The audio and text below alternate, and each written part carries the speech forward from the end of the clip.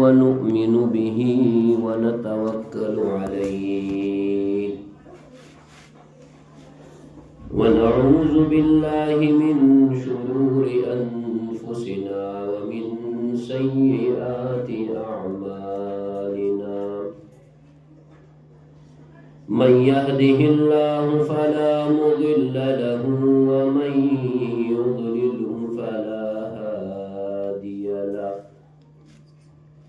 وأشهد أن لا إله إلا الله وحده لا شريك له وأشهد أن سيدنا وسندنا ومولانا محمدا عبده ورسوله أما بعد فأعوذ بالله من الشيطان الرجيم بسم الله الرحمن الرحيم ما كان محمد أبا أحد من رجالكم ولكن رسول الله وخاتم النبيين وقال الله تعالى في مقام آخر ألف لام ميم ذلك الكتاب لا ريب فيه هدى للمتقين إن الله وملائكته يصلون على النبي يا أيها الذين آمنوا صلوا عليه وسلموا تسليما درود شریف ہوئے اللهم صل على سيدنا محمد.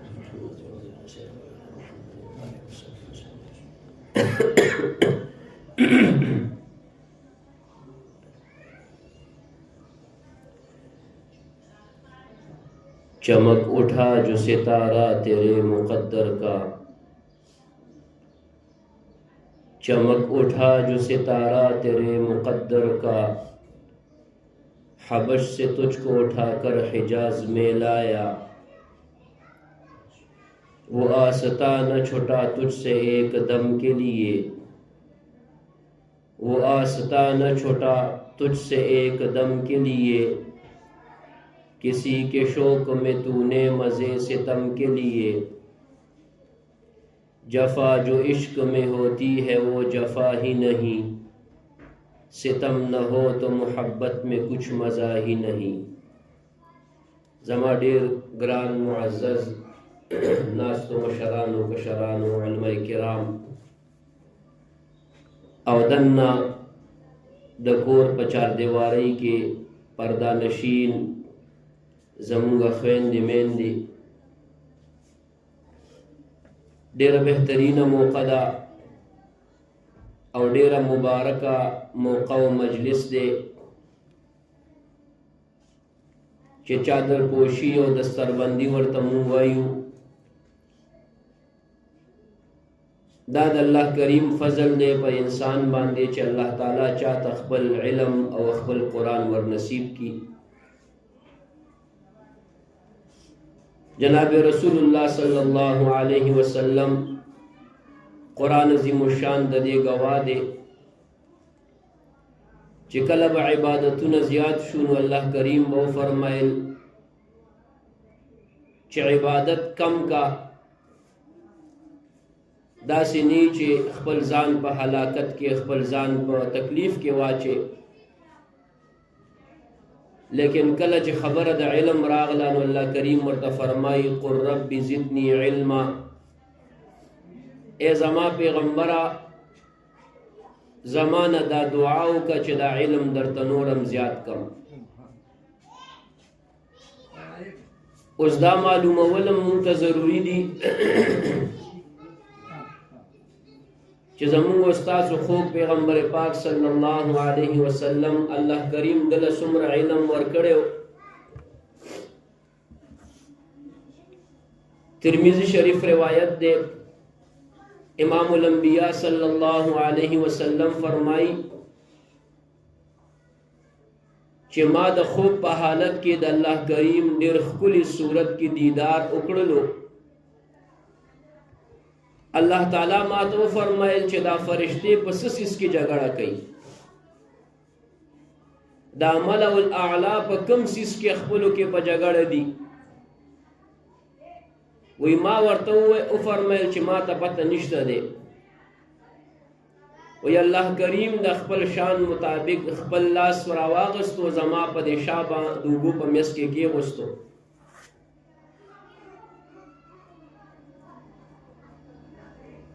چې کله د خپل لاس مبارک زما په اوبو په میس کېغوستو، نو امام الانبیاء فرمایي چې ټول جهان په ما باندې ښکاره شو. الله کریم مانه تپوس وکړو چې اوس ووایه چې دا ملأ الاعلی دا فرشتې په کوم څیز کې جګړه کوي. نو ما ورته وفرمیل چې فرشتې د مسلمان په هغه اجر کې جګړه کوي چې کله دی جومات ته روان یو دی یو قدم اخلي او په دې قدم کم اجر او ثواب ملاویږي، په دې باندې جګړه کوي. او کله چې یو مسلمان منځ وکړي او دی بل منځ پورې جومات کې ناست وي، په دې اجر او ثواب باندې دی جګړه کوي. او د یخنۍ په موسم کې په یخ اوبو باندې اودس کول، په دې چې کم اجر او ثواب ملاویږي، فرشتې په دې باندې لګیا دي جګړه کوي. نو دومره لوی علم الله کریم زموږ ستاسو پیغمبر ته ورکړی. دا زنانه خبرې چې کوي نو بس بیا به تاسو خبرې کوئ، موږ به غلي شو. دا زنانه چوپ شئ لګي.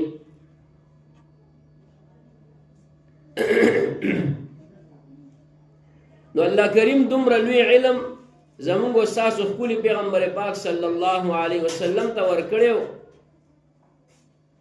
او بیا هم الله کریم ورته فرمایي چې دا سوال ما نه کوه چې الله رب زدنی علما، زما علم زیات کا. نو علم د الله تعالی صفت دی، او الله کریم چا باندې خپل رحم او فضل وکړي نو هغه له دا صفت الله کریم ورکړي. څنګه چې سړو د اسلام او د شریعت او د قرآن او سنت په میدان کې لوی لوی مقامات حاصل کړي دي، دغه رنګ زنانه هم ډېر لوی لوی مقامات حاصل کړي دي. او په شریعت کې د زنانه هم ډېر لوی مقام دی د قرآن او سنت په رڼا کې. لوی لوی صحابه دي.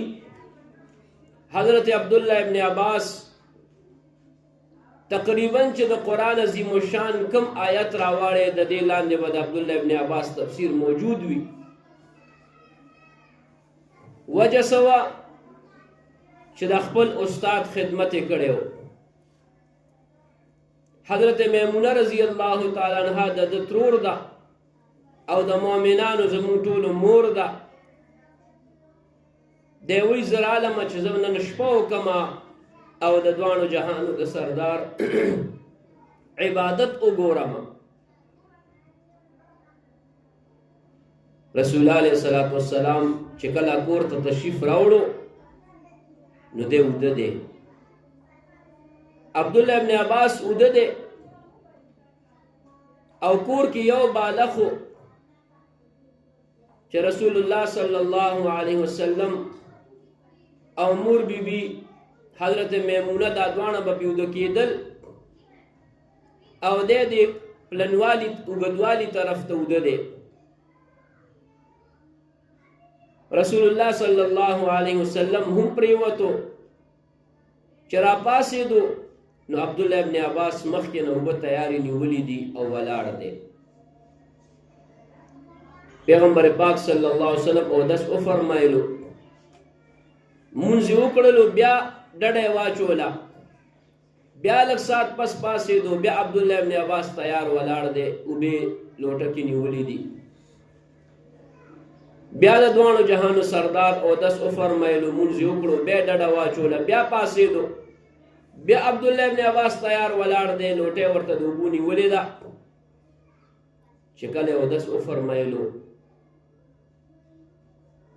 عبدالله ابن عباس رضی الله تعالی عنہ ته فرمایي چې وغواړه څه غواړې.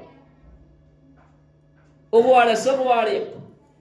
عبدالله ابن عباس ورته فرمایي چې جنت کې ستا ملګرتیا غواړم. امام الانبیاء صلی الله علیه وسلم ورته دعا وکړله. یو نصیحت ورته فرمایلو چې په کثرت د سجدو په عبادت کې زما مددگار شه، چې ډیر عبادتونه وکا او د الله تعالی اطاعت وکا، او بل ول دعا وکا اللهم علمه الكتاب، یا الله عبدالله ابن عباس تا د قرآن علم ورکا. بس بیا هغه عبدالله ابن عباس چاته ترجمان القرآن وی، چې لوی مفسر په صحابو کې د عبدالله ابن عباس نه بل نشته دی. دا څه وجه وه چې د خپل استاد د دوانو جهانو د سردار خدمت یې وکړلو، او رسول الله صلی الله علیه وسلم ورله دعام د علم وکړله چې الله علم ورته ورکړي. دا علم ډیر لوی دولت دی.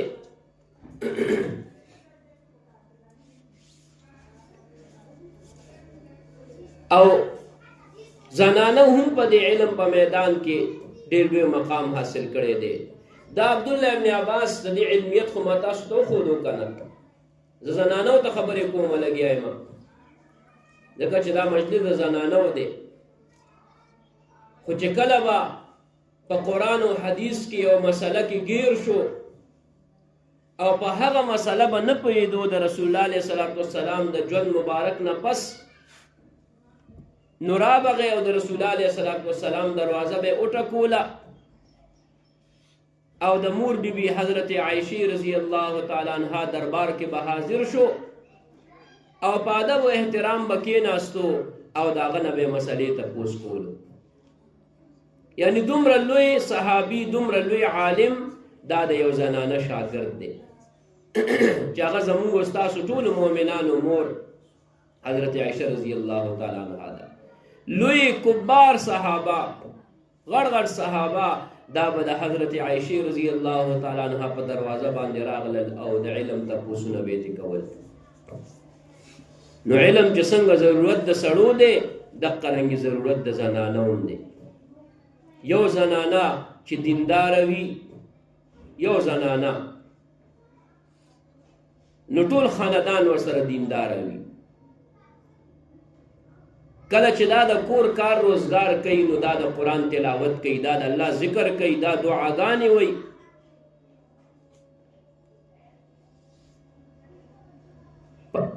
په دې اولیاو کې یو ولی خپله واقع لیکلې ده چې ډېر لوی د الله تعالی ولی او ډېر نیک انسان او خلکو به ډېر زیات تعریفونه کول. دی رالو کور ته به راغې، نو خلکو به ډېرې ډالۍ رالیږلې او ډېرې تحفې. یو ورځ دا ښځه ورته وایي ستا دا څومره ولایت چې کوم دی دا زما د وجې نه دی. ښځه ورته وایي ستا دا بزرګي، ستا دا مقام، ستا دا مرتبه دا زما د وجې نه ده.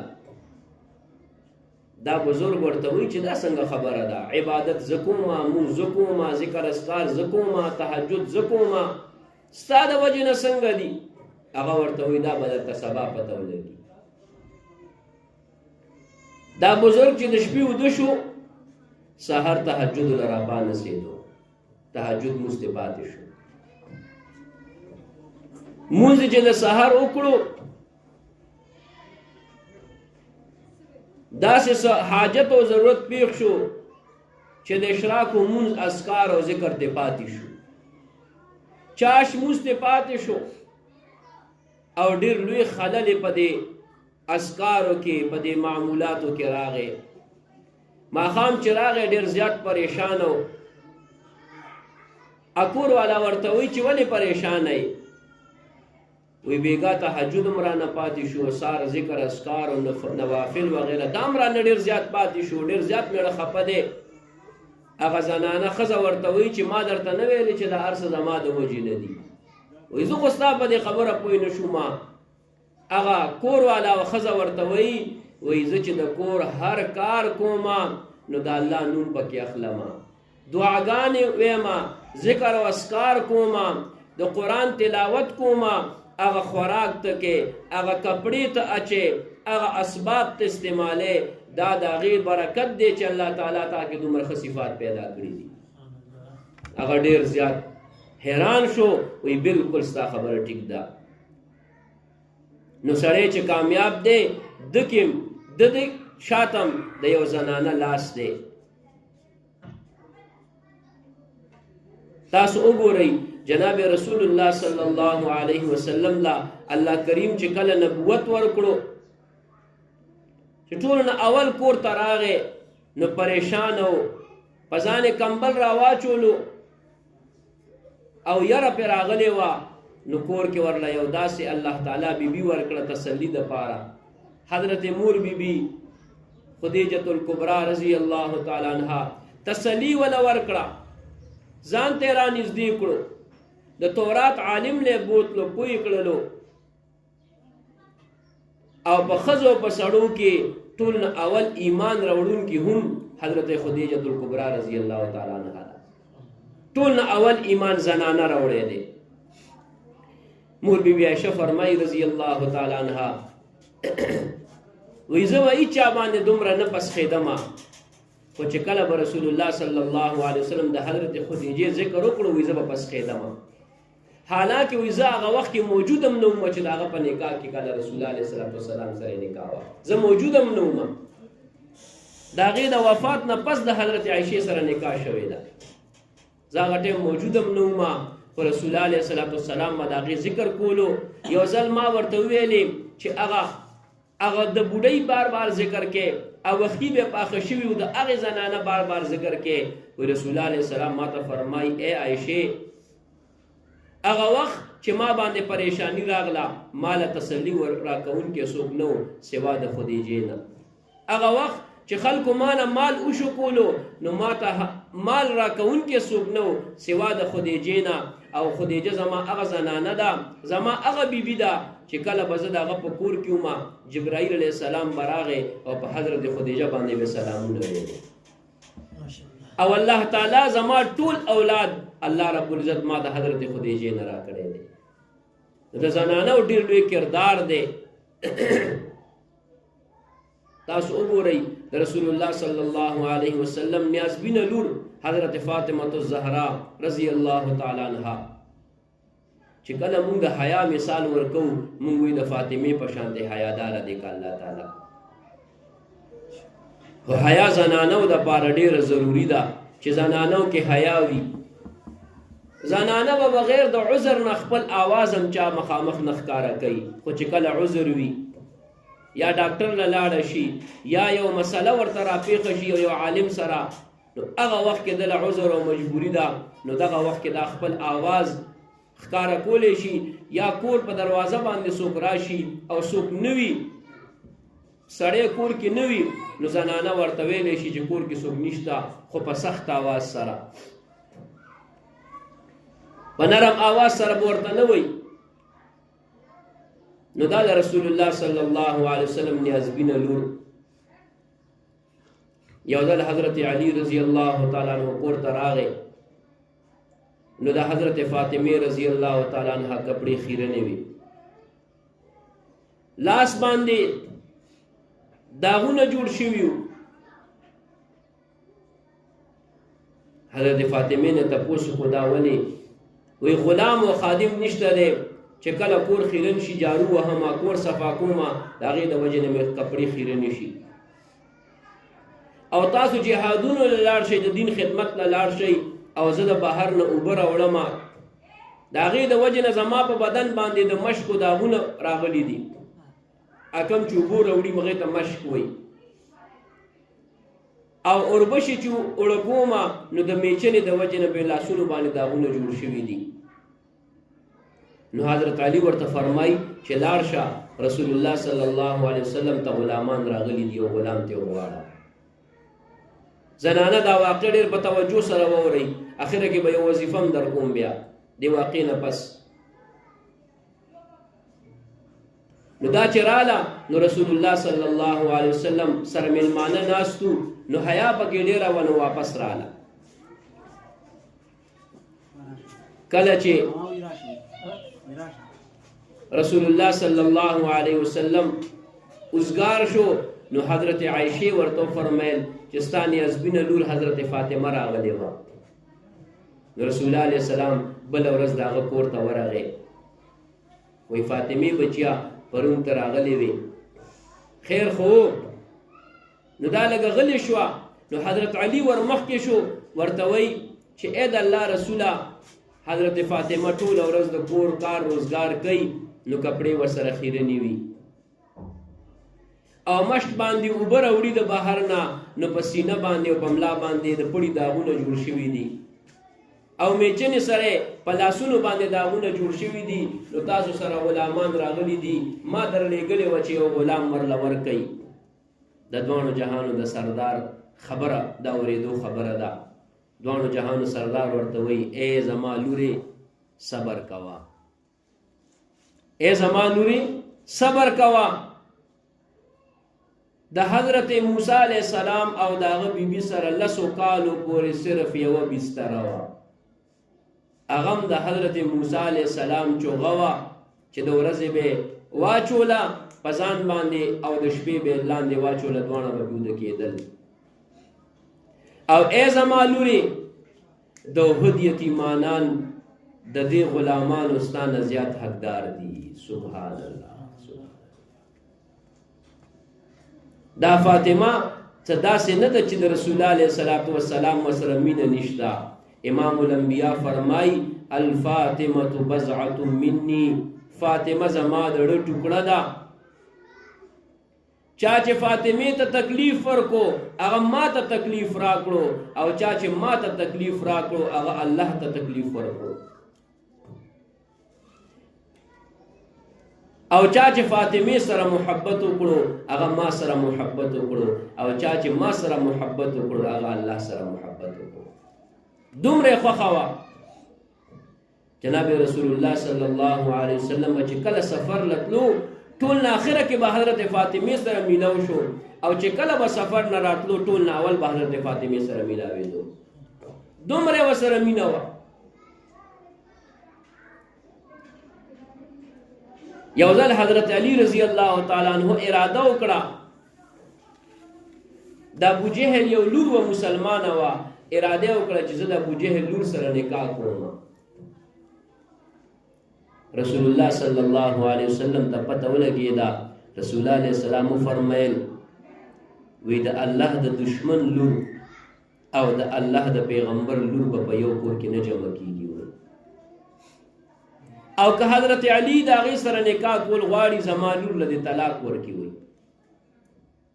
او واوره حضرت علی ته ووایه چا چې زما لور فاطمې ته تکلیف ورکړو هغه ما ته تکلیف راکړه، زما لور ته تکلیف مه ورکوه. دومره د رسول الله علیه السلام خوښه وه. او رسول الله علیه السلام زو فرمایل چې بچیا صبر کوه، او دا وظیفه زنانه ځان سره نوٹ کوي.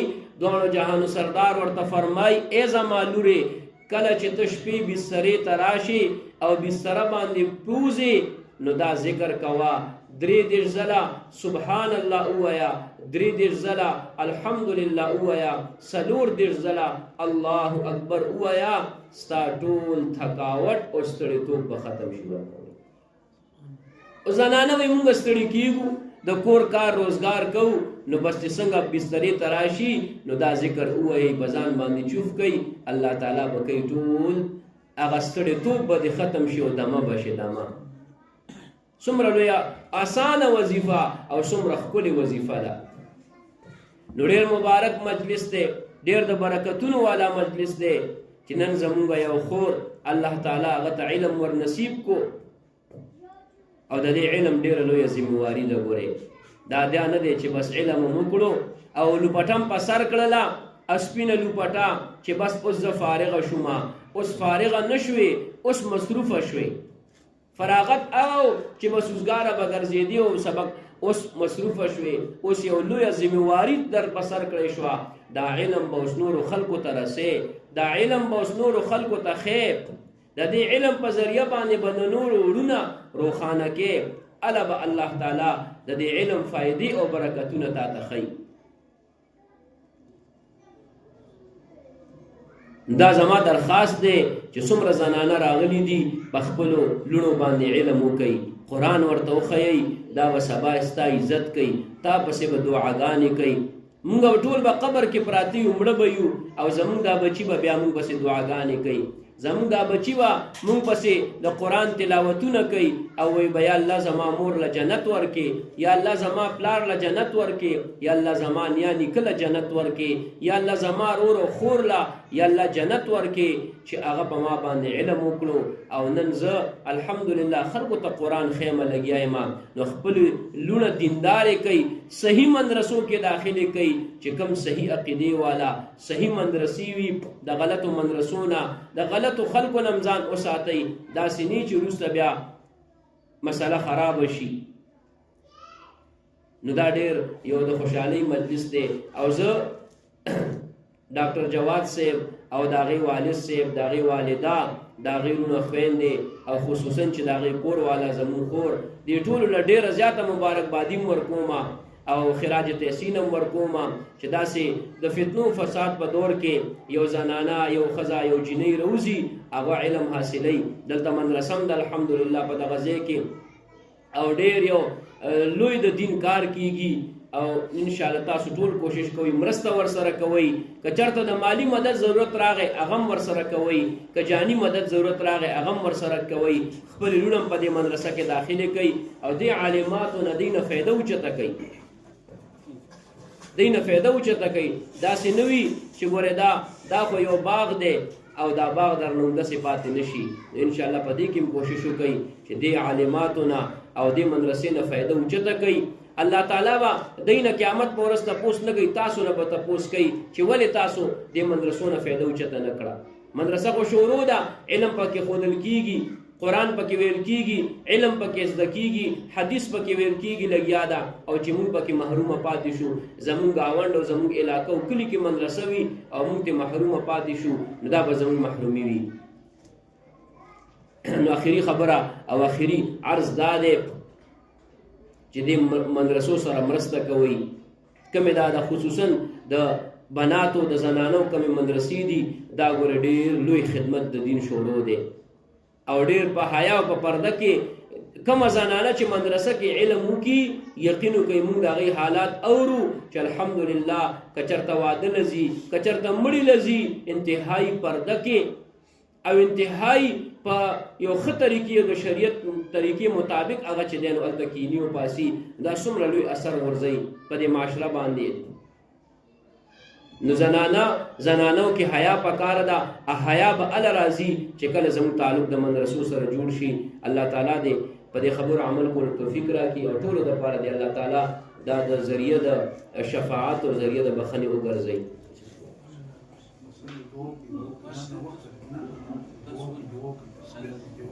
دعا کوي درود شریف وایي اللهم صل علی سیدنا مولانا محمد وعلى آل سیدنا مولانا محمد وبارک وسلم وصلی علیه. الحمد لله رب العالمين والعاقبة للمتقين والصلاة والسلام على محمد وآله وأصحابه أجمعين.